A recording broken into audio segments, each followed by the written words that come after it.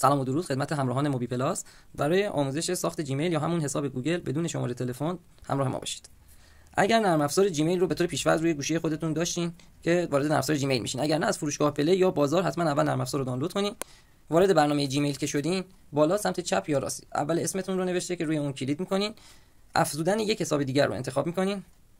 گزینه گوگل رو می‌زنین. اینجا از شما رمزتون یا اثر انگشتتون رو می‌خواد که می‌زنین. وارد مرحله بعد میشین که ایجاد حساب، اگر منوتون هم انگلیسی بود کریت نیو برای استفاده شخصی من. مرحله بعد از شما اسم و فامیلتون رو میخواد که اینجا میتونین هر اسم و فامیلی رو که دوست دارین هر چی دوست داشتین بزنین، فارسی یا انگلیسیش هم مهم نیست. بعدی رو میزنیم. اینجا تاریخ تولدتون رو به میلادی ازتون میپرسه، اگر دقیق میدونین، اگر نه هر تاریخی که زدین اهمیتی نداره، فقط حتما سالش زیر 2006 باشه. جنسیت رو مشخص میکنین. بعدی.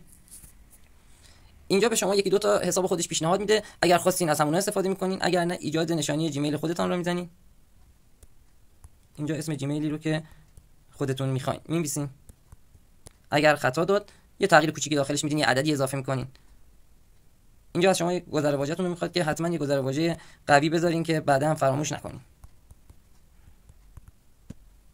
حتما از گذر واژه‌تون عکس بگیرین که اگر یه زمانی رمزش رو فراموش کردین این عکس رو داشته باشین. اینجا تموم. فقط بعدی رو میزنین و از شما یه موافقه و یک تایید میخواد که پایین صفحه تاییدش میکنین.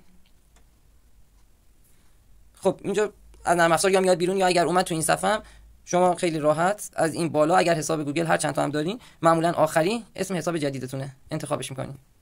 حساب گوگل شما بدون هیچ شماره تلفنی ساخته شد. نکته طلاییش هم اینه که اگر شما اینو می‌خواستین با مرورگر گوگل کروم چه با کامپیوتر چه با گوشی بسازین، این از شما 100% شماره تلفن می‌خواست، ولی چون از توی اپلیکیشن جیمیل این کارو کردین بدون شماره تلفن تونستین بسازین.